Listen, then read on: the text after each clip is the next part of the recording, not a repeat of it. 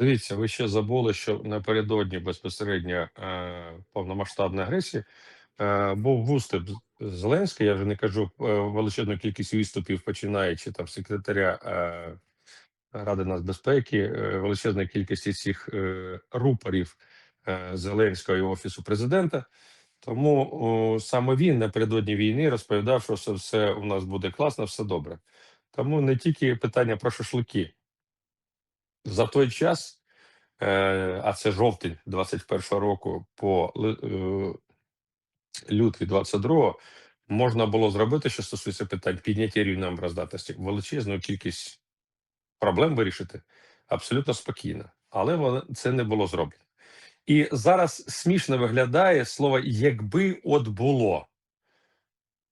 Якби в українців в 19-му році було можливість зрозуміти, що буде в 26-му, то я думаю, 73% цифра була б значно менше. Але це все вже з точки зору теорії можливостей, воно не спрацьовує. Тому ворушити минуле президенту, який нічого не зробив у 21-му році, аби наростити наші в стратегічному розумінні оборонні спроможності, це достатньо смішно виглядає. Взагалі не розумію, нахріна про це говорити. Нема про що говорити. Так раз скажи, скільки, корупційних скандалів початку повномасштабної агресії було навколо Верховного Головнокомандуючого і його оточення. Оце буде більш цікаво. Наступне, а може він би тоді вийшов і сказав: розумієте, ми не хочемо перемагати і робимо все те, аби не перемогти. От вчорашні новини, що Міністерство освіти вирішило, що табірна підготовка студентів, про яку так пафосно розповідали, супер, яку вкрали в свій час з нашої програми, яку ми подавали до Верховної Ради, питання не в тому, вкрали, не вкрали. Воно ж, чітко показує, що це зелена бедлота навіть цього не може зробити. Зараз вони розповідають, що ми не будемо проводити практичну підготовку, все буде на рівні аудиторії. Серйозно? Ви розумієте, що ви несете? А чому так робиться? Тому що вони ж починали знову думати про вибори, і це ж дуже непопулярно. По-перше, молодь пхати в табори літні на підготовку, бо молодь ж може голосувати за них, і в цей момент буде достатньо таким сильним фактором відштовхуючим. 300 годин це, пробачте, якщо навіть брати по 6 годин навчальних, то це 50 днів. І вони не хочуть це робити. Вони з цим же успіхом спиляють гроші на класні заняття, ніж проводити ці заняття безпосередньо практично в полі. Ось вам реалії, коли обіцянки одні, а шляхи вирішення проблем абсолютно зовсім інші. Тому черговий раз впевнююсь в тому, що не треба українському народу вірити написам на зелених парканах. Але дивіться, ви самі зачепили цю тему. МОН офіційно заявив, що дуже дорого утримувати полігони. В цей час росіяни масштабують підготовку школярів і студентів до реальних військових дій, навчання військовій справі і навпаки додають години для того, щоб навчати саме тих, хто буде йти до армії. А у нас скорочують. Тож фактично замість практичних навчань у нас буде теоретично, може ще розбірка і збірка автомата буде практична, а все інше в теорії. Теоретично уявіть собі, що ви стріляєте, теоретично уявіть, що ви пересуваєтесь по захисній смузі, теоретично, але ж це не дає ефекту. До чого готується Росія, зрозуміло. Вони готуються воювати далі. До чого тоді готується Україна, якщо приймаються такі рішення в воюючій країні, яка б'ється за своє виживання? Це дуже просто. Я додам те, що от ви розповідали, що ще у 22-му році на базі 52 навчальних закладах Російської Федерації, вищих навчальних закладах, було розгорнуто додаткові кафедри військової підготовки. Задайте питання, скільки за 5-й рік уже війни таких кафедр розгорнуто в Україні? Ви будете здивовані, що ніс немає нічого. Раз. Друге, про школярів і окремий предмет, що має назву керівництва і управління дронами, і це кількість підготовки спеціалістів йде на сотні тисяч щорічно. Це показує стратегічне розуміння росіянами і їхніх виконання їхніх мрій, бажань і завдань, які їм поставив Путін, що стосується війни. Бо вони готують величезну кількість людей. Задаю питання: в наших масштабах так зроблено? Ні. Що стосується практичних занять, є достатньо серйозна фраза: на війні рівень твоїх фантазій завжди спуститься до рівня твоєї тренованості. І аби ні в кого не було дурних думок, що він не готовий, навіть якщо він супермолодий, будь-яка людина може зробити простий тест.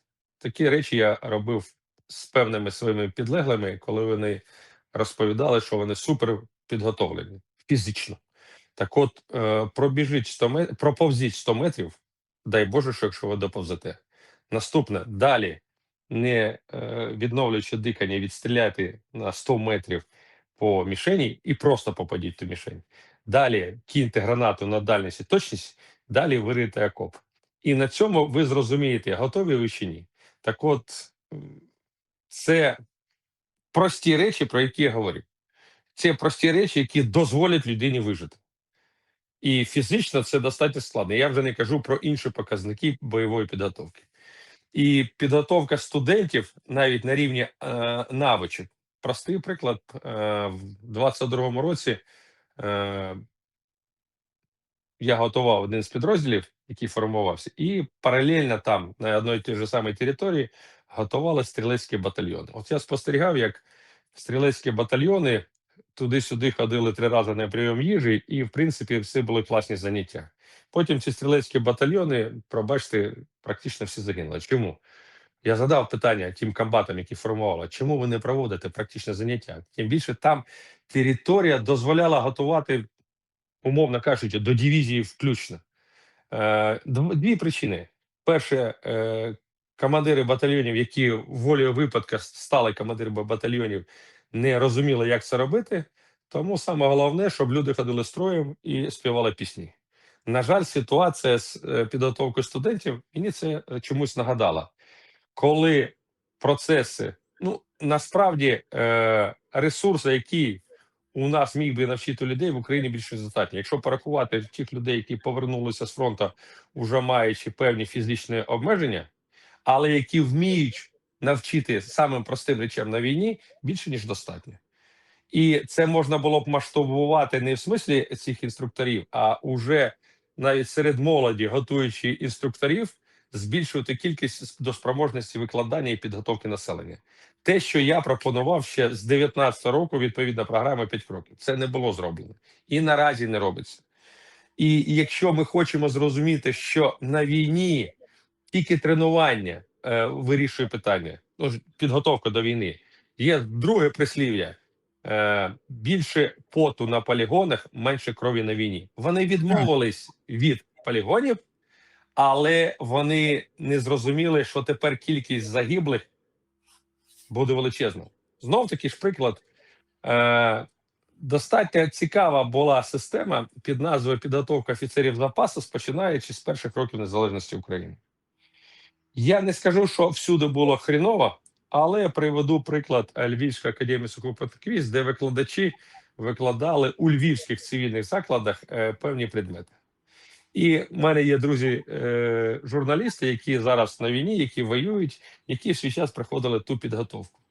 І наскільки вони плюються від того, що його там ніде нічому не вчили, а тільки безпосередньо вирішили якісь особисті проблеми. І все було на рівні теорії. І це ще в ті часи. І ми, наступивши на граблі, це, знаєте, як на 14 рік, якби було правильно в свій час опрацьоване питання збереження мобілізаційного потенціалу, в 2014 році кількість офіцерів, які були на обліку до 12 року, бо в 12 році завдяки потужним скороченням наших військових комісаріатів друге відділення було практично юридично знищено. І це викликало певні проблеми. Так от на 2014 рік кількість офіцерів запасу на Україні було десь на рівні 420-450 тисяч. Ми на той момент могли абсолютно спокійно воювати одними офіцерами. Це так, умовно. Але вже також це ж назад не відмотати, і певна частка тих офіцерів вже давно переступила за 60, а то і більше. До чого я кажу?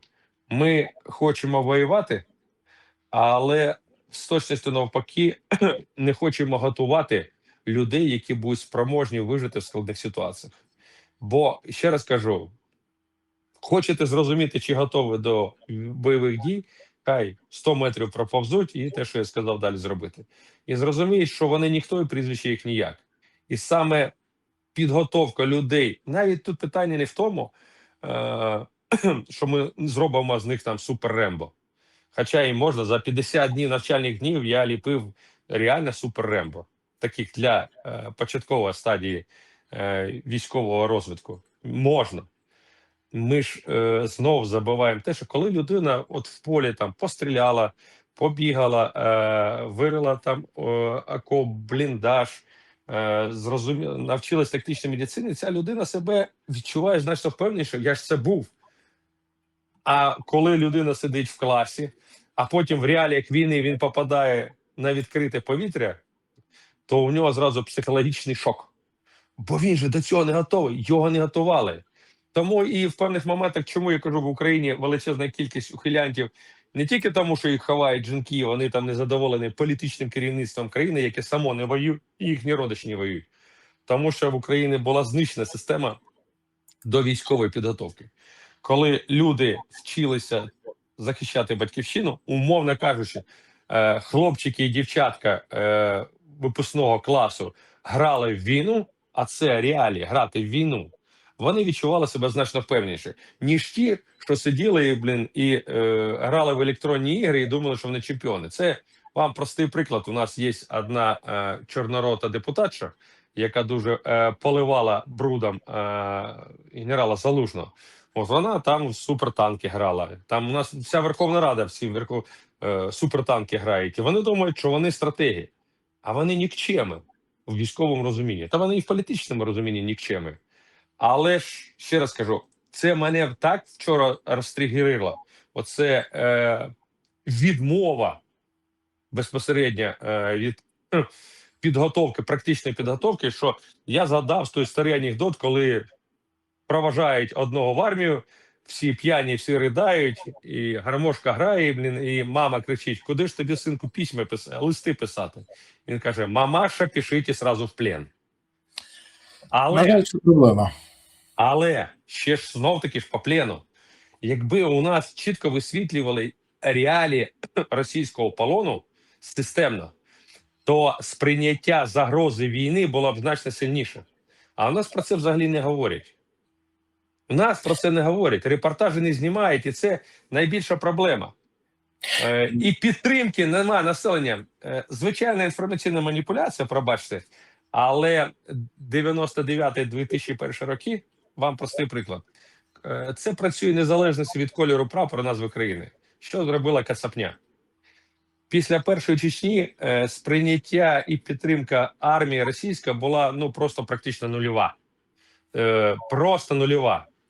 Було сформовано інформаційний посил загрози Чечні, знущання чеченців над російськомовними. А безпосередньо потім що було сформовано? Було сформовано те, що тільки підтримуючи армію і вкладаючи в армію, і воюючи з Чечнею, Росія може перемогти. Це інформаційно було сформовано, і величезна була підтримка російського населення. Ще раз підкреслюю, я не хвалю і не рекламую Росію, тому хай вона згніє, в тих болотах. Але я розглядаю певні питання інформаційної війни і інформаційної роботи серед населення незалежно від кольору прапора. Це так само, як розглядати питання патріотизму громадян Німеччини, що стосується виконання свого військового обов'язку. Вермахт і всі інші Люфтваффе і Крігсмаріни з 39 по 45 роки десь було по різним оцінкам від 16 до 18 мільйонів.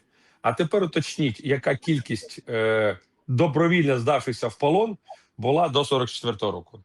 Яка кількість дезертирів була в тій самій армії. І ви будете здивовані, що це цифри там на рівні декількох тисяч в багатомільйонній армії. А тепер давайте відмотаємо до України. Чому так? У нас мільйонна армія, і влада заявляє, що у нас 300 тисяч мінімум в Сочах і в бігах. Чому? Тому що було чітко визначено правила поведінки держава, громадянин і відповідальність. Я знов таки ж не рекламую безпосередньо той самий нацизм, не дай Боже, але я чітко розумію, що було виставлене чіткі правила поведінки. У нас цього в державі взагалі немає. Чому?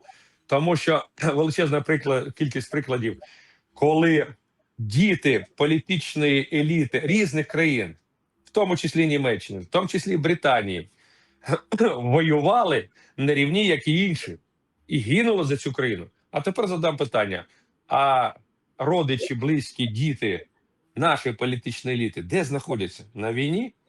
Ні. Оця відповідальність. Ми піднімаємо питання, що треба захищати країну, але політичне керівництво країни, яке обрали волі маніпуляції, до речі, також чергове, абсолютно нічого не робить і своє близьке оточення прибирає від загрози ведення бойових дій.